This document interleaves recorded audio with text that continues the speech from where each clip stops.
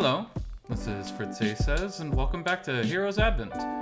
So, we just met up with Max for our first battle, and yeah, it went okay. It was just a little training round. But let's go ahead and get started, see if we can start on our journey to the academy. Well, it's all settled then. Maybe you could be a nice addition to the guild after all. And I see you boys have become fast friends. Max nodded at Alisa as she gave you both the usual mugs of cold water.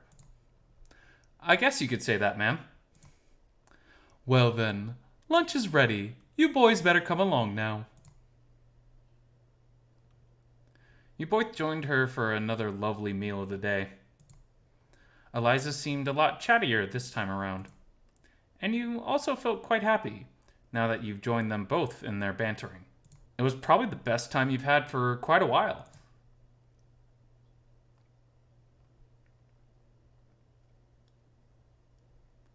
That was great. What else? I think Max invited me on a foraging trip next afternoon. It was quite nice, even though he had me walking around a lot more than Alisa would. But he did show me some more places I could look for extra herbs and plants to forage.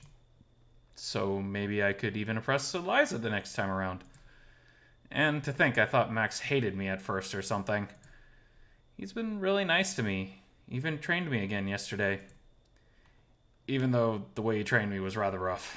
I don't think I would like to do 100 push-ups every day. And speaking of which, I'm leaving for the city in 2 days' time as well. It's hard to believe it, but I'm actually pretty excited. Alright, I think that's enough talking to myself. Maybe I need to write in a diary or something. Boy, internal monologue is... I relate. I don't think anyone back there would believe this story anyway.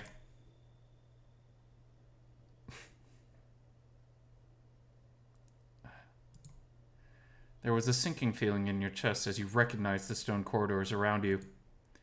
It must be happening again. Echoes of screams and fleeting laughter sent chills down your spine as you barely noticed the dark figure looming on the far end of the dark hall.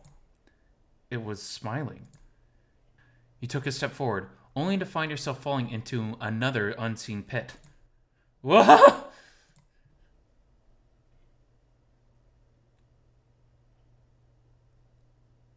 You could see it before you again, the endless spiraling abyss. You must have been falling for a long time. What is... You bit your tongue as you caught a glimpse of what looked like a gigantic creature. Help me! Its maw grew wider and wider, engulfing your form as you dove deeper into the abyss. What? The creature spoke suddenly with its horrifying timbre. Huh? Wake. Dave, wake up. What?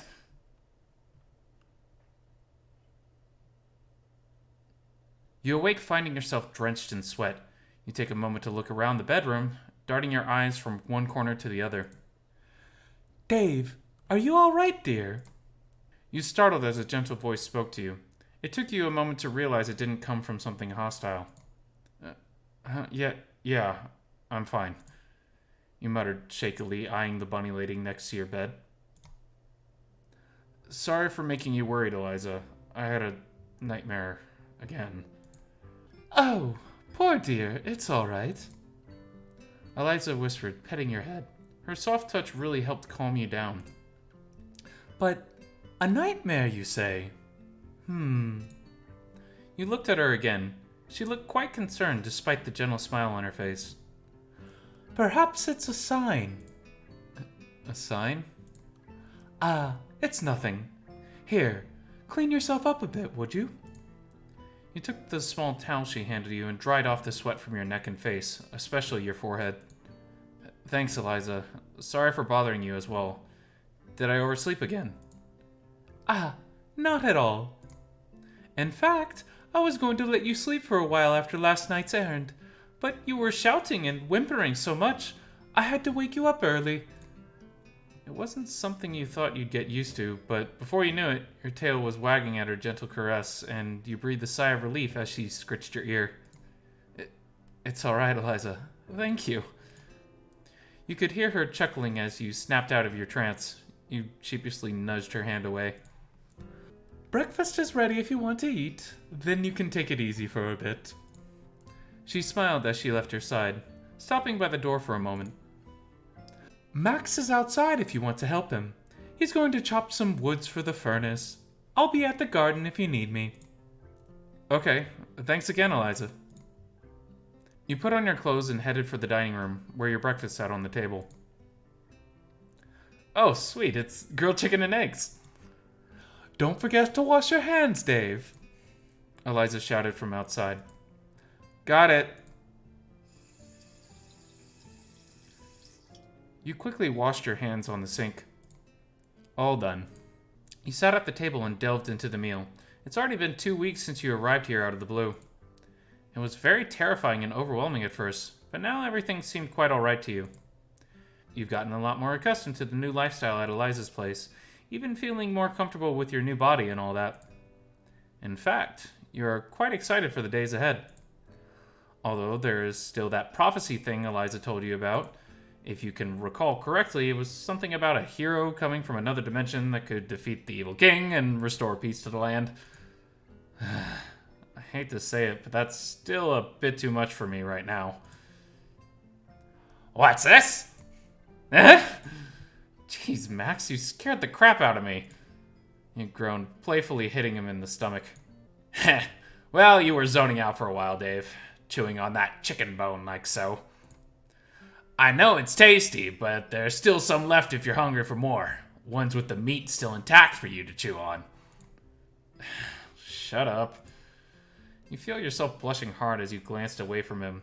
You knew what he meant was different, but you couldn't help but thinking of the alternative. I'm still new to all of this, you know. Well, since you're done chewing on your bones, maybe you can help me finish up some work. Yeah, sure. You pushed him out of the way as you left the table and proceeded to clean your dishes. You couldn't help but chuckling to yourself a little. Max has been a lot friendlier towards you since the first days you met. Sure, he might have been like that after that talk, but it still felt genuine to you, even if he tends to treat you like a younger brother a lot of times. It was strange, but still felt quite nice, given that you never really had an older brother figure in your life up to that point. When you finished, Max had already gone outside. You followed suit to find him chopping some wood, shirtless. You can't help but stare at his body and fluffy chest. You just want to give him a big hug and bury your face among his fur. You can help me out anytime you're done staring, Dave. Okay. You approached him, flustered as ever. What can I do to help? Well, to start with, there are woods that need chopping. There's also chickens to feed and water to collect from the well. What should I do? Let's get buff and chop some wood. Let me help you with this, then. Alright, I'll go get the water from the well in the meantime. Max smiled as he left the axe by the tree stump, giving you a pat on the back before heading off. You placed another fresh log on the tree stump after tossing the chopped wood onto the pile. Not bad. Your swing is getting better. You hear Max calling from the side, probably still busy carrying all that water back and forth. Keep it up, and maybe we'll have enough firewood for the next season. You chuckled. You would have also told him to shut up if you weren't trying to focus on the task at hand. Your arms started to feel sore after a while, but the sound of the wood splintering under each chop was quite satisfying, so you kept going. Eventually, you sat by the porch, exhausted. Done already? Yeah. You try to avoid looking at him too much. Boys, lunch is ready. Eliza opens the door as she calls for you. Come on in and eat, before it gets cold. Yes, Mom. Max followed Eliza inside. You took a moment to catch your breath before heading in as well. It's quail season, so it's baked quail with some vegetable soup for lunch. Looks delicious as always, Eliza. Aw, thank you. I made a lot, so be sure to fill up. I'll do just that. Max took a whole quail to his plate. You too, Dave. Eat up. Eliza looked to you as she said gently, "Yes, ma'am." What is that face? You ate up 4 whole quails and 3 bowls of soup. You usually eat a lot less when you were human. Perhaps your appetite changed along with your body? Stuffed, you laid back along a chair. Eliza was clearing the table when you suddenly felt something petting your belly. Feeling nice and full, Dave? He ran his hand along your belly. His gesture made you blush again. It felt so nice, but you quickly swatted his hand away. Can you stop doing that? You yelled as you shot up from the chair, going to Eliza to help with her dishes. Ah, thank you, dear. But you don't have to help me, you know. It's alright. You already cooked us meals. This is the least I could do. Well, fair enough. Ah, by the way, I do have another favor to ask of you. Sure. What can I do to help? Can you go with Max into the woods after this? I need some herbs for cooking. Oh, alright. I thought Max already went foraging yesterday. Ah, that's true, but he's going to hunt some wild borax for tomorrow's rations. Now that you mention it, tomorrow is the day you leave for the city after all. And I would feel a lot safer if you're with him, you see. I understand, ma'am. I'll be sure to bring back some extras for you as well. Thank you, Dave. Try not to wander too far off, though, alright? The woods tend to get rather unsafe at later hours, and I don't want anything bad happening to you. I will, ma'am. Don't you worry. You ready to go, Dave? Max asked as you both prepared for the short trip. Ready when you are, you said, grabbing the leather pouch from your room. Max was already waiting for you by the doorway. You could see him in his usual adventuring attire, his trusty crossbow resting on his back.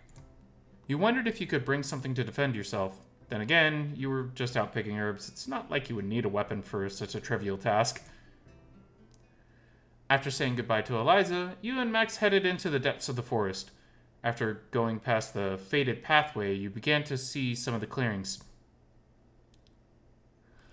We'll meet up here before sunset, okay? Okay. I know Eliza probably said this already, but don't go too far off the beaten path, okay? I won't be able to help you if you're lost in some of the forest caves. Yeah, I'll be careful. You too, Max. I can take care of myself, Dave, unlike a certain someone. Yeah, I know you're strong. Now go already. Those boraxes aren't going to hunt themselves. After Max left, you took the usual path off the clearing to start looking for the herbs. Explore. You wandered into the forest depths and found some herbs along with tree lines you recognized. You wandered a little further around the ancient tree close to the clearing and found some herbs. You wandered even further off the beaten path and found some herbs among the berry shrubs. You've already found what you were looking for. You could call it a day. Perhaps you could search for more. Let's explore a little bit more. Some extra herbs wouldn't hurt, I guess. After bundling the herbs and tucking them away, you kept going. The further you headed into the forest, the darker it got, and there was more vegetation you had to trudge through. It was a hassle, but the reward was quite worthwhile. You found even more herbs and some edible mushrooms along the damp tree trunks. Looking behind yourself, you could see the path you've marked to get back to the clearing. Max has probably returned by now. Perhaps you should go back. Then again, you remembered Eliza mentioning something about the enchanted mushrooms you can find among the muddy banks of the ancient swamp. Though not a direct request, Eliza said she'd always wanted some of those. Perhaps you could surprise her with the gift, now that you're so close to it? We're going back. Don't want to go too far. You feel like you've gathered enough for now. You quickly made your way back to the clearing as you expected. Max was standing there with a dead Boryx behind him. Done gathering the herbs? Yeah, I even got some mushrooms too, you said, showing off the edible mushroom from your satchel. Oh, getting the hang of foraging, I see. Nicely done. Yep, how about you? Well, this should be enough for our trip tomorrow. He pointed to the Boryx. Oh yeah, that should be enough. So should we head back now? Not yet. I want to show you something. Come. You followed Max up towards the forest hill through a small dirt road. It seems like someone's been going this way for quite some time now. Well, yeah. I always go up here whenever I can. You'll see why in a moment.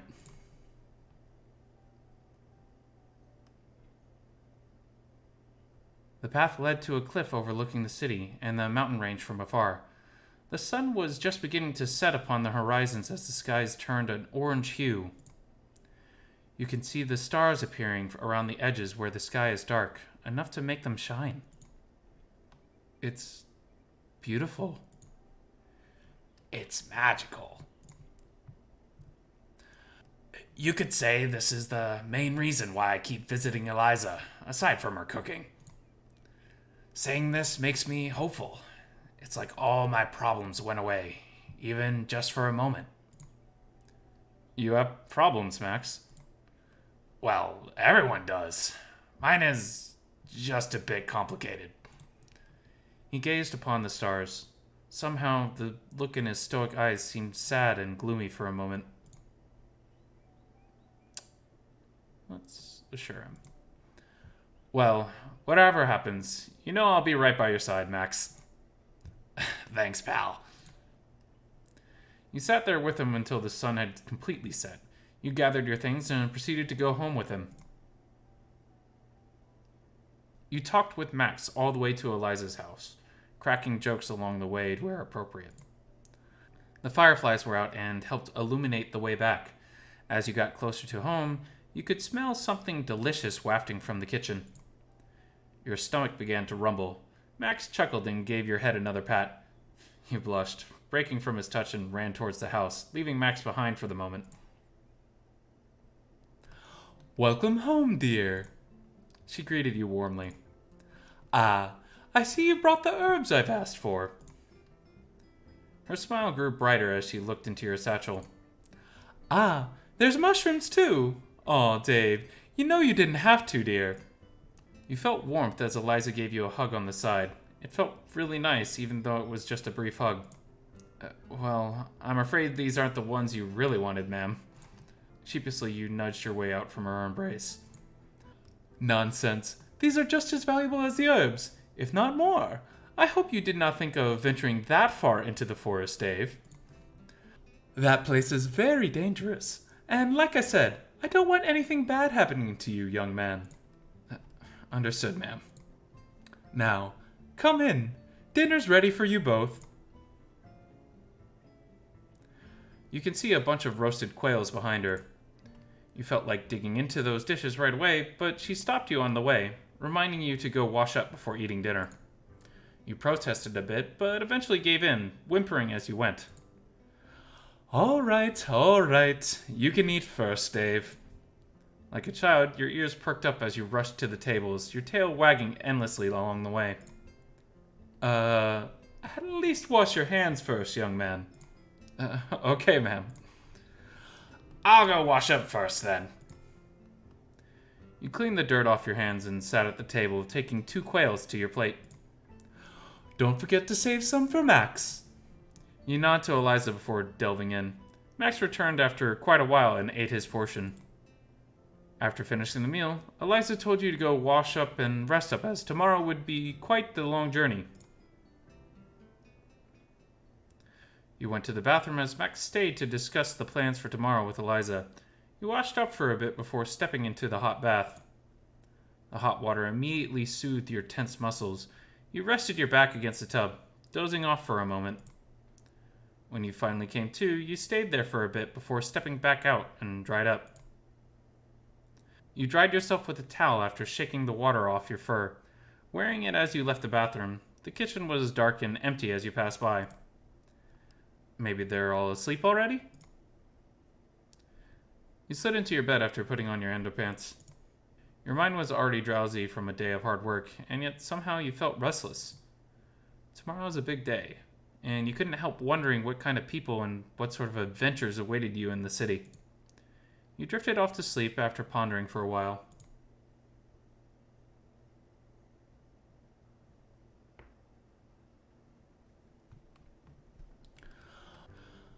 Are you sure you really have to go, Dave?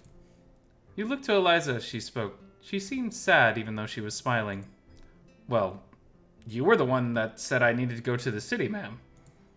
For safety and to receive training and all that? You replied, going over to your luggage one last time before moving to the front door.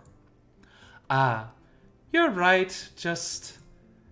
You could feel Alisa softly caressing your hand as she said, I'd hoped you would perhaps stay for a little longer. Things would get lonely here without the two of you around. Ma'am, he muttered as she leaned in for a hug. Oh, I'm going to miss you both.